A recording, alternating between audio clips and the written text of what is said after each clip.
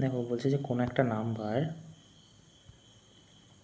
Increase decrease করা হয়েছে প্রথমে 30%, ফের ইনক্রিজ করা হয়েছে 30, ফের ইনক্রিজ করা হয়েছে 30।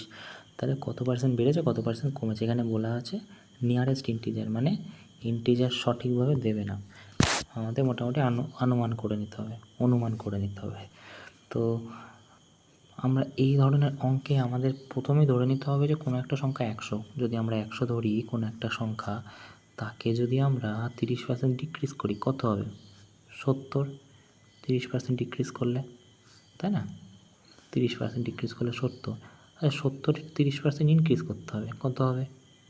70-এর 30%, 130% যদি আমরা ইনক্রিজ করি, কারণ 100টা তো 70, আমাদের 70-এর 30% মানে 170 বের করতে হবে। তাহলে এটা কেটে যাবে, এটা কেটে যাবে, 91 হবে, ঠিক আছে? এটা +30 হলো।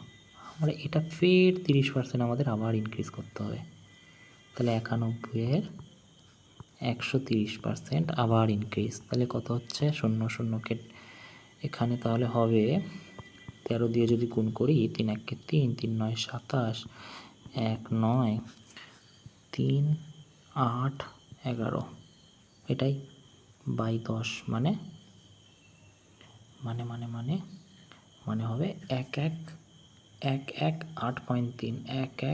8.3, ঠিক আছে?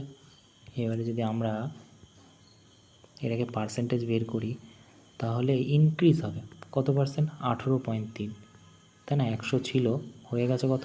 118.3, তাহলে কম বেশি 19-এর কাছাকাছি ইনক্রিজ, মানে 19, 4 দাগ।